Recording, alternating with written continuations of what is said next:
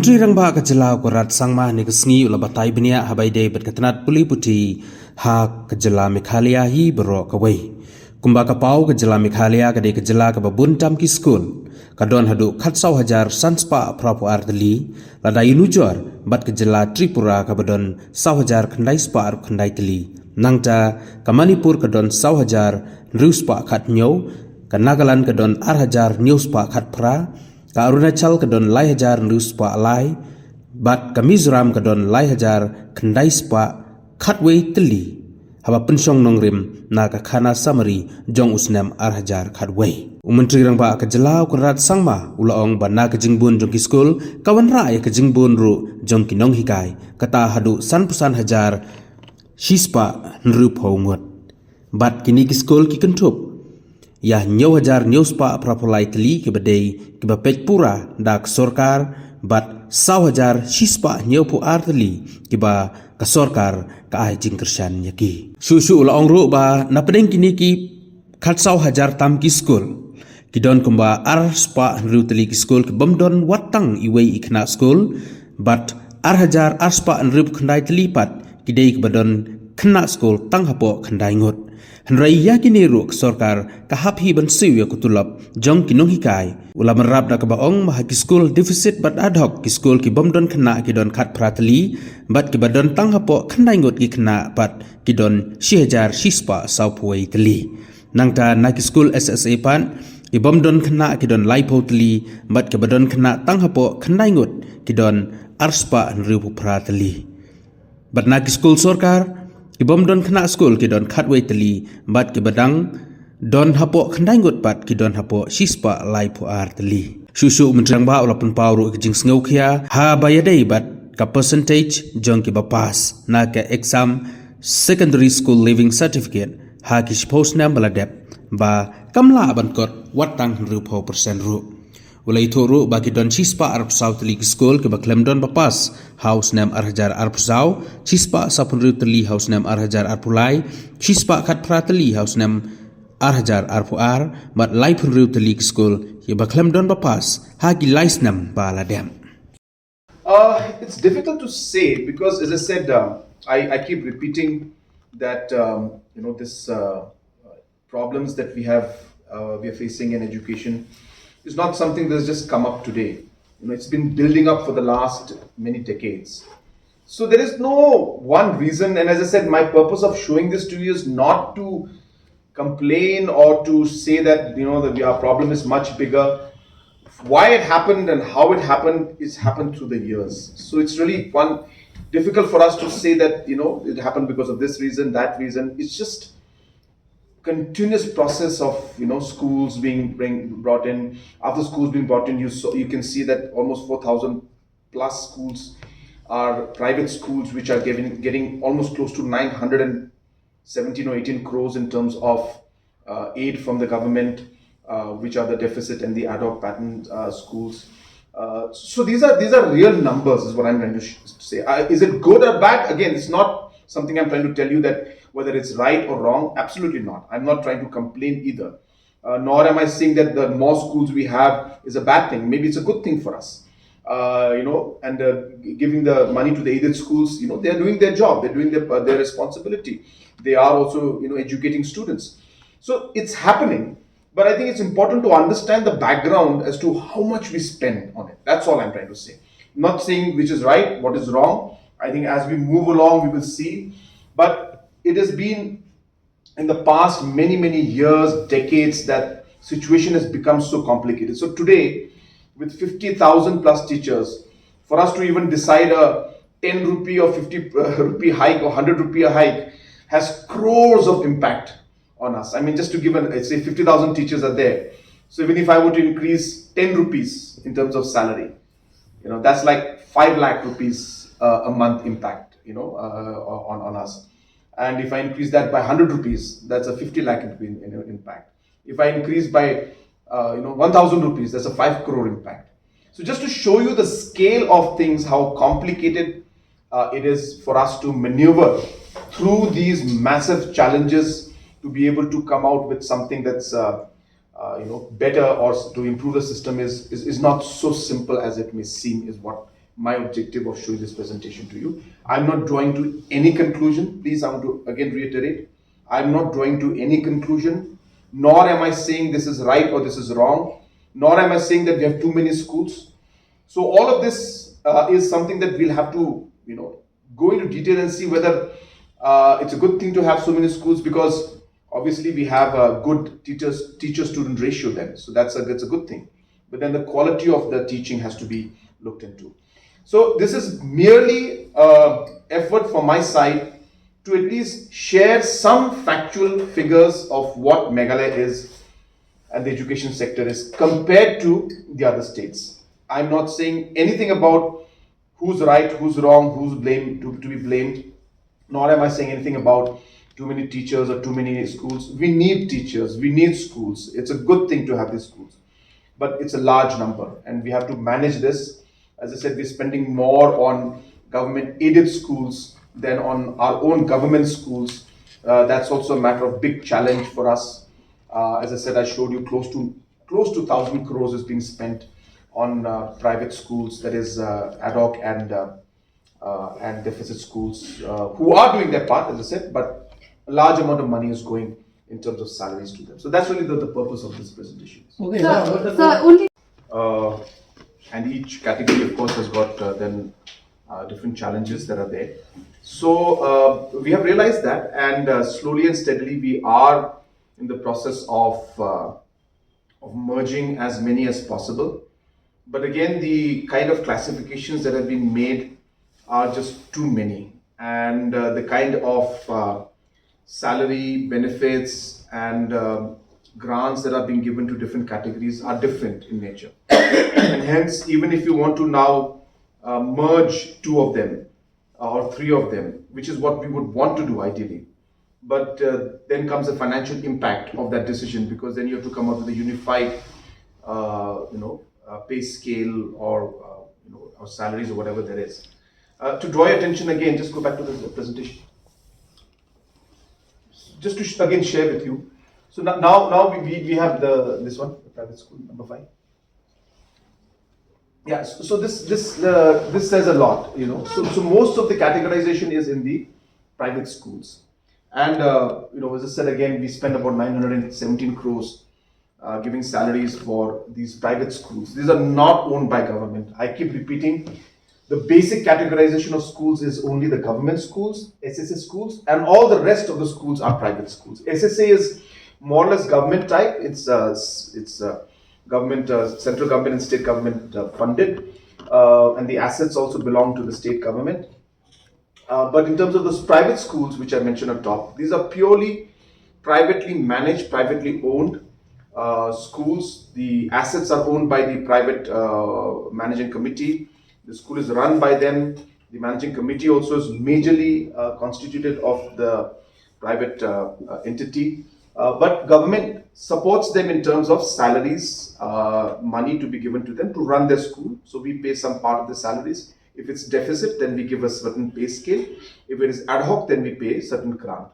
Now within these also there are multiple categories of schools which are there. And as I said, trying to bring 2-3 categories together means that we'll have to see the benefits and the perks and the salaries we're giving. Then we'll have to give the standard to all of them. And once we start doing that, the impact of that goes to hundreds of crores. So therefore, the decision is not so simple. What I'm trying to say is that even now, without touching these things, we're still paying 917. If we were to bring a uniformity, that number may go up to about 1,500 crores. So that's the kind of a decision that we have to think of. I'm not saying it will be 1,500, but I'm just giving you a number, plus minus it could be. But that's the challenge in actually coming to a decision like that, because it has huge financial implications. How long it will take to categorize? As was promised to all of you last time, that we'll be spending more time together, and I'll be interacting more with the press fraternity from both sides. Number one, to be able to answer the questions that you may have, and second of all, also to share some of the work that the government is doing on a weekly basis, so that the correct information goes to all of you, and you're able to see the holistic picture of what are the challenges we face as a government, and what are we doing about it. Let's start with education. Yeah. So I'll start with education first. Can you go back? So education is a older slide. I don't want to spend too much of time in it, but I thought that it's good to understand what's happening. I have given this presentation last time in the inauguration, or I should say the official launch of Captain Williamson Sangma State University. These are just some figures and some numbers to share with you the challenges that education faces and why is it that we are in the position that we are today. There is of course about 100 slides, but I chose to only pick up 6 to 7 of them because I thought that's more relevant right now, and I don't want to go too much into details, but just to share that you're just going to see tip of the iceberg. There's much more complication than what you're going to see. First slide. Yeah, so this is the population of Meghalaya and the other northeast states comparatively based on 2011 census. So you can see Tripura is about 36 lakhs, Meghalaya is about 29 lakhs, Manipur is about 25 lakhs, Nagaland about 19 lakhs, Arunachal 13 lakhs, and Mizoram 10 lakhs. This is 2011 census. Next. These are the number of schools that each states have in relation to the population that we have. Just hold on. So Tripura with a population of 36 lakhs has got 4,900 schools. And you don't need to write it down, no need to click it. We're going to give you this presentation hard copy. We're going to share this with you. And Meghalaya has 14,000 schools for a population of 29. Manipur has 4,600 schools, so on and so forth. And you can clearly see out here that Meghalaya is completely off the charts. We have 14,582 schools in Meghalaya for a population of 29,000. Now, why this has happened? That's how things have happened in the last 53 years. It's just kept building on and on and on and on.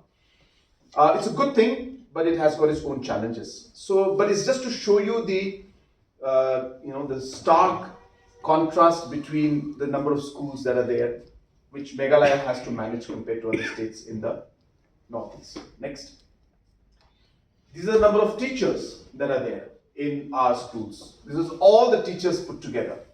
So you can again see that Meghalaya is way ahead. So of course Manipur also has a large number of 42,000 teachers. We have about 55,000 teachers. Again, having large schools and large number of teachers is not a bad thing. I'm not trying to say that this is a bad thing for us, but we're just trying to show you that comparatively to other states with similar population, we have more schools than the other states. Just a comparison. Next. This is an important slide. Out of these 14,000 schools in Meghalaya, 7,783 are government. So you know the terminology government LP schools. So that's what government LP, government UP, government secondary, higher secondary schools are there. And again, you can see the rest of the states, that's the government LP schools. Next. This is an interesting slide.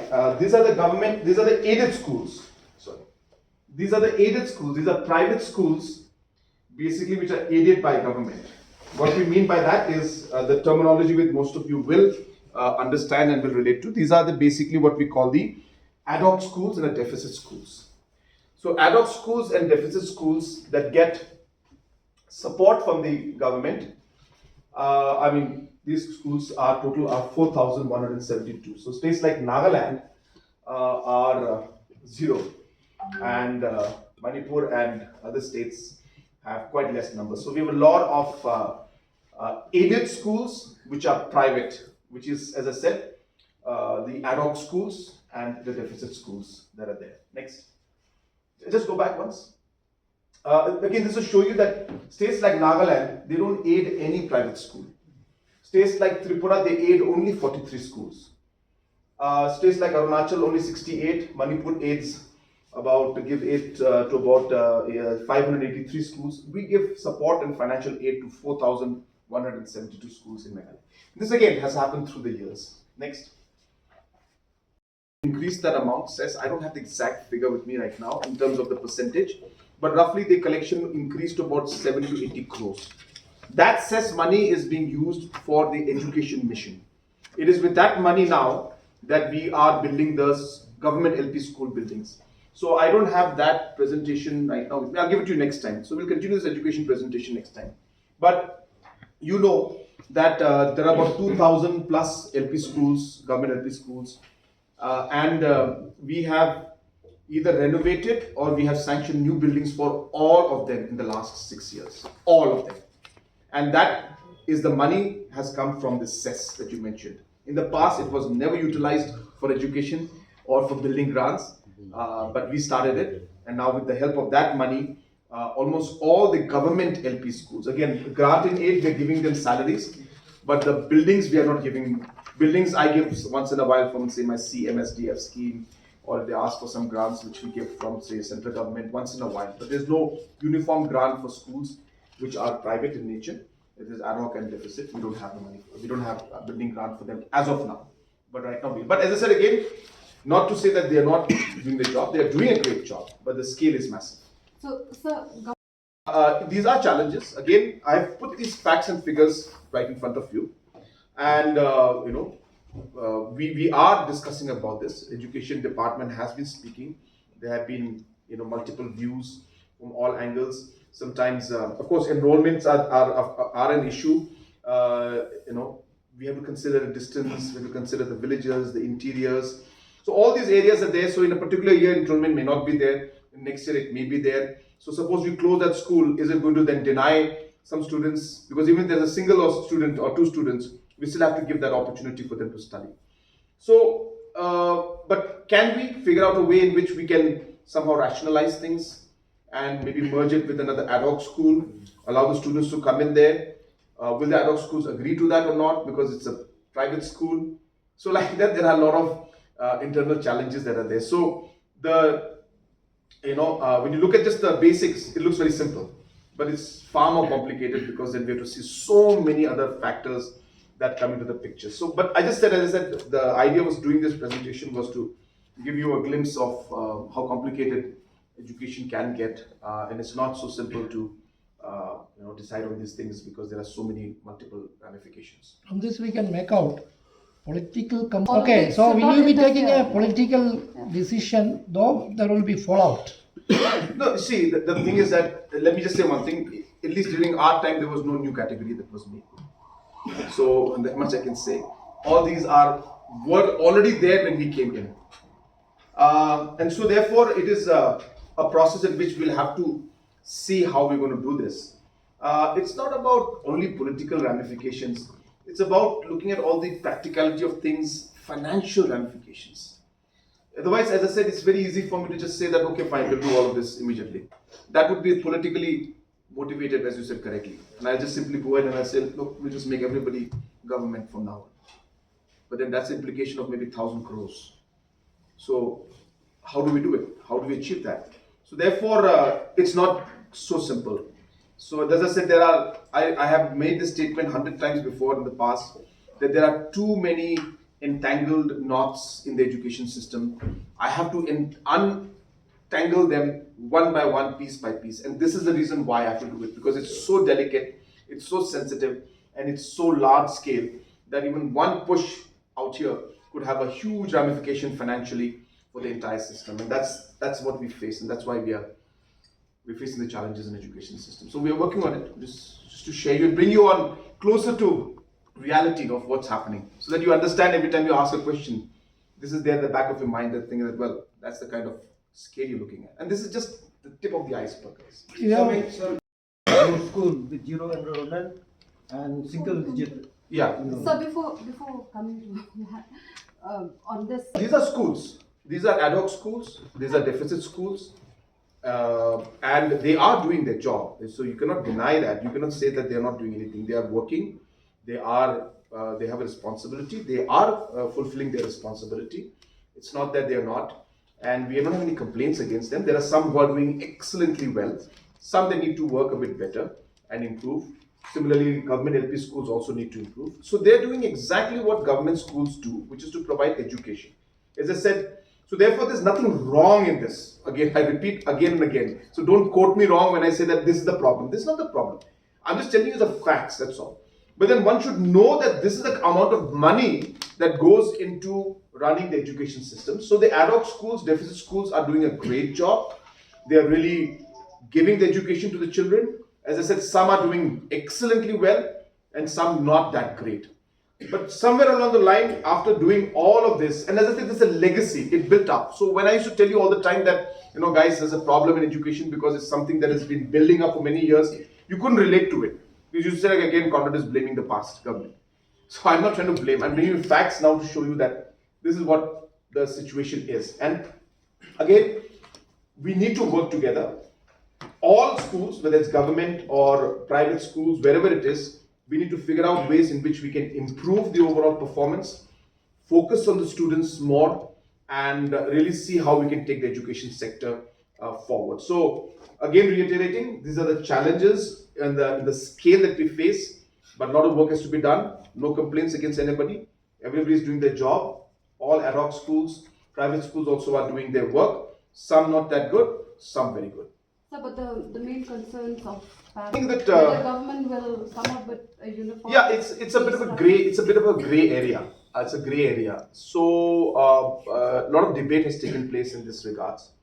And again, we want to share this information so that people are aware about what is happening, and we will see how it goes. We will see about the fee structure, because again, the autonomy of the schools is there in the sense that they are private schools, and so they have the autonomy to decide in one way. But then the question comes in that government is aiding in the salary, so government should have a say. Now, if you just simply go ahead and say that do it, this is a salary, then some schools may complain saying that why are you interfering in our overall admission fees, blah blah blah. So all these challenges are there, but I'm just saying that those things I'm not discussing with you right now, because those are things that we are moving along the way, and we will see how to address those issues, because there are concerns we have to see from the school side, from the college side. We have to see things that are there from the student side, and we have to see what government is doing. Somewhere along the line, hopefully we'll come to a meeting point where we can then come and have some kind of a better structure to this. But I think it's too premature for us right now to give you any kind of conclusion in that. Just finger at just one number and say that it's the reason why the education overall thing is down. The plus side of having higher number of schools is that our student-teacher ratio is one of the best in the country. But even after having that kind of first infrastructure, the issue arises, why aren't we getting the results that we need? So when you go down into details of all of that, the different aspects of, say for example, untrained teachers. Now I didn't put the slide for untrained teachers right now.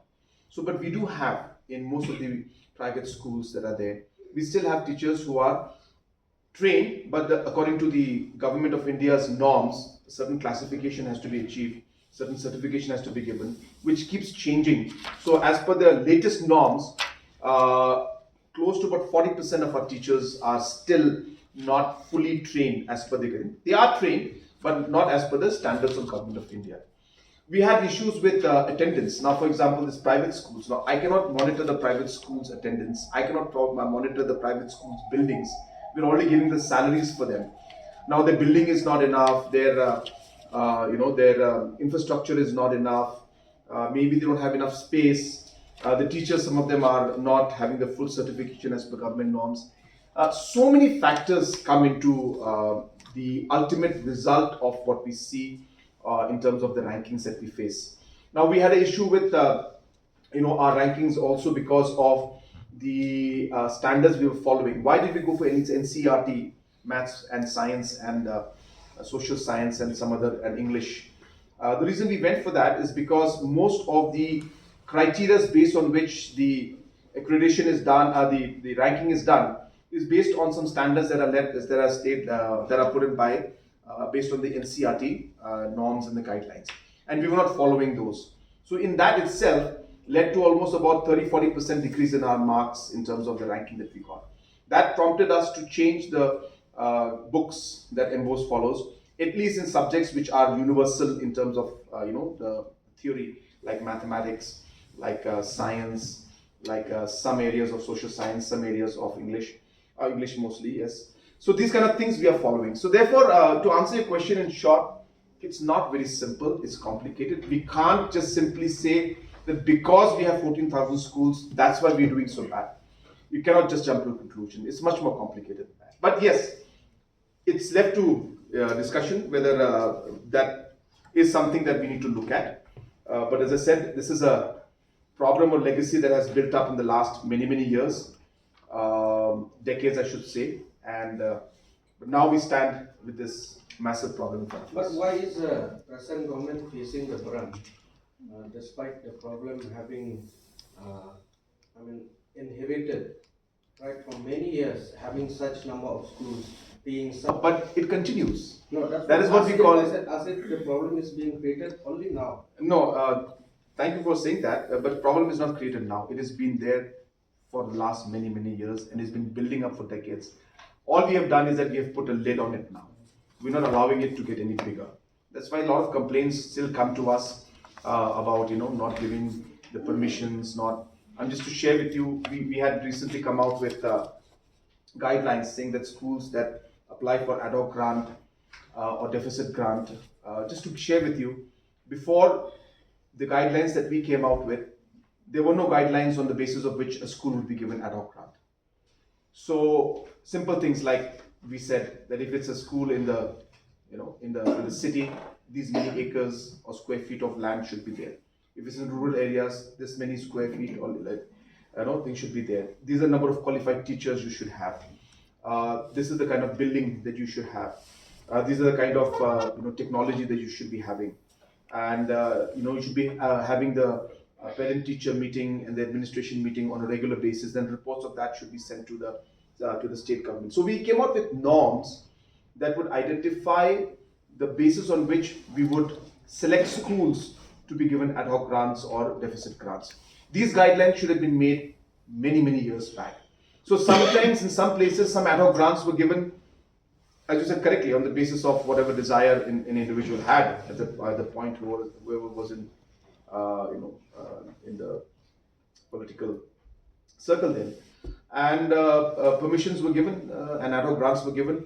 There could be some schools which had just 2 students and just was functioning from one room, and they would also be given ad hoc grant. So those kind of things happened. Again, I don't think it's in any way worth now going into why that happened and it shouldn't have happened. We can keep complaining about it. I think what's important to figure out is what do we do about it. Therefore, we are in the process. I am sharing this with you just to share with you the scale of and magnitude of the problems that we face. And we are, in fact, for the last many years, why we came up with the Education Commission. The Education Commission, when they saw these numbers, even they were taken aback. And more numbers than this, which I'm not sharing with you, more micro details, which again, if you see, you'll be even more surprised. But this is just a thing. So can we go next now? Sir, so one last question. If I simply go into private, as I said, all the rest are private. But now if I were to bring all the privates together in one category, the impact would be in hundreds of crores. And so the decision is very simple. I can do it right now. But then where do I get the budget from? When we're already paying 917 crores here and not being able to, and then seeing the rest of the amounts are lesser, it's a tough decision. It's a tough call. And therefore, we are working, we are discussing, we're seeing how we can come to some kind of a conclusion. Maybe we may have to go in a phase-wise manner. Maybe we may need to restructure the whole thing. But we are in talks, and then we are trying to discuss with different organizations how to go about it. Now, if we were to, as I said, deficits get higher, the ad hoc grants are lower. So should I bring the deficit down or should I bring the ad hoc up? Both are equally challenging. Both will not agree. Now, even if I bring both of them up, so if I bring the ad hoc to deficit, that's going to lead to a financial implication of about 250 plus crores. So we already at 917. We're talking of 1100 crores to 1200 crores. So that's the kind of impact that is there. So it's not as simple. So all I'm trying to say is that all of these things, thought process has been going on for a very long time.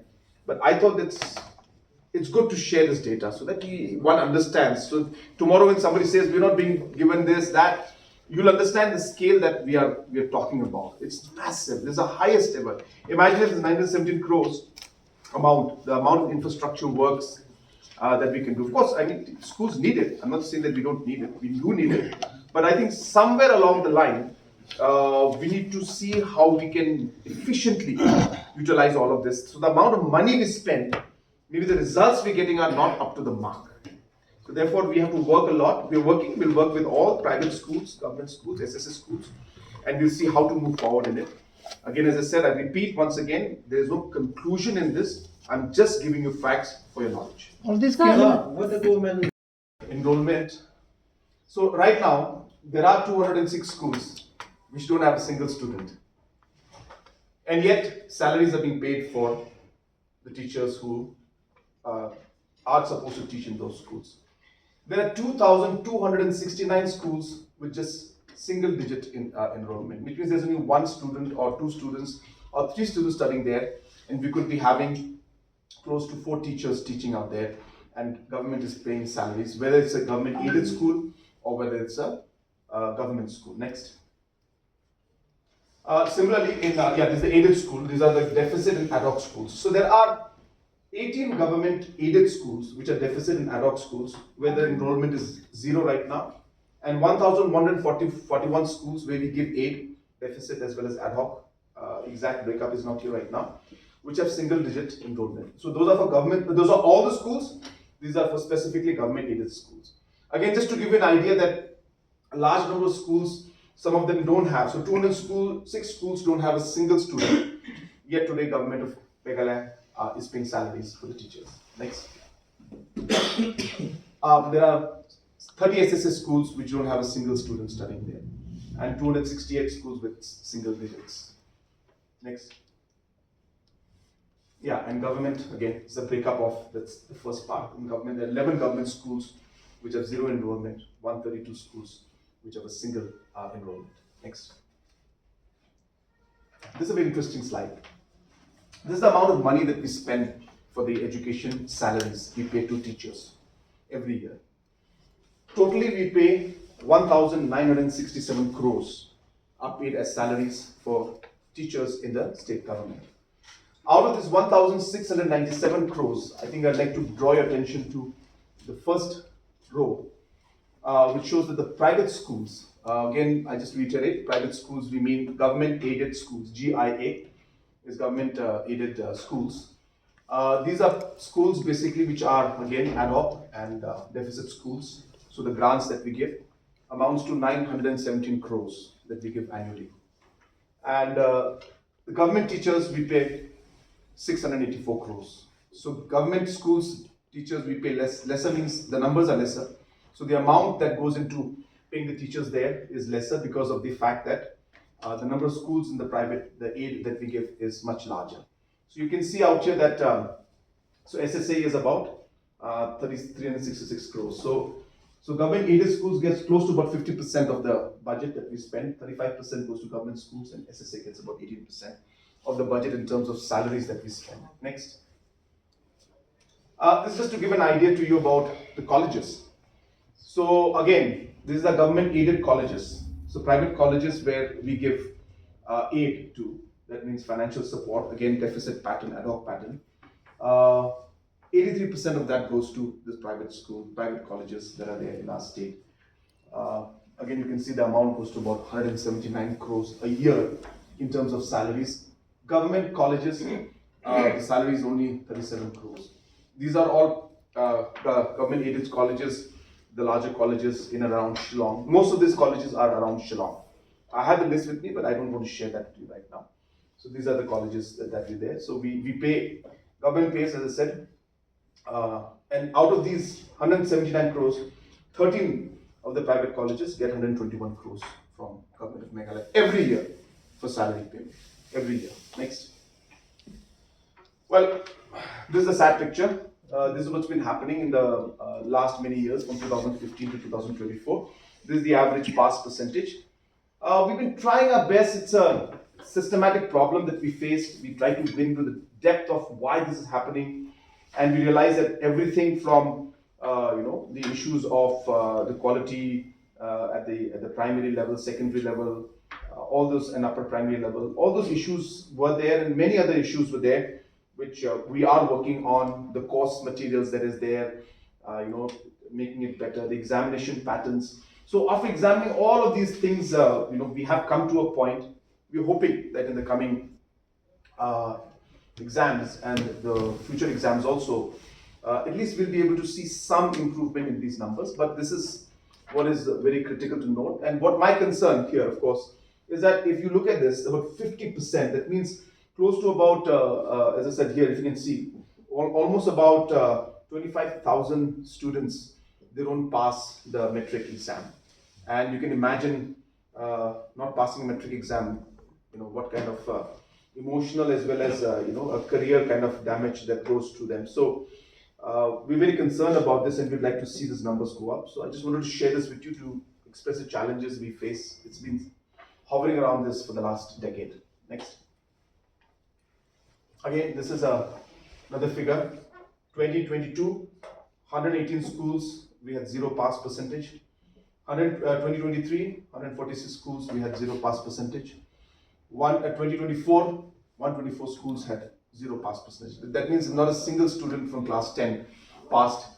And out of these schools, 36 schools are there. For the last 3 years, they've not had anybody who passed, in spite of whatever support we've been giving to them. So these are facts and figures. Again, this is nothing to, nothing to discuss about, but I think this gives a slight picture, of what kind of a situation that is there, and how much money is being spent in which sector, and how we are now trying to, with this kind of a background, we are trying to take very, very tough decisions, difficult choices that we have to make in order to move forward in how to improve the overall education sector. So this is just information. I will share this with you. I think it's the last slide.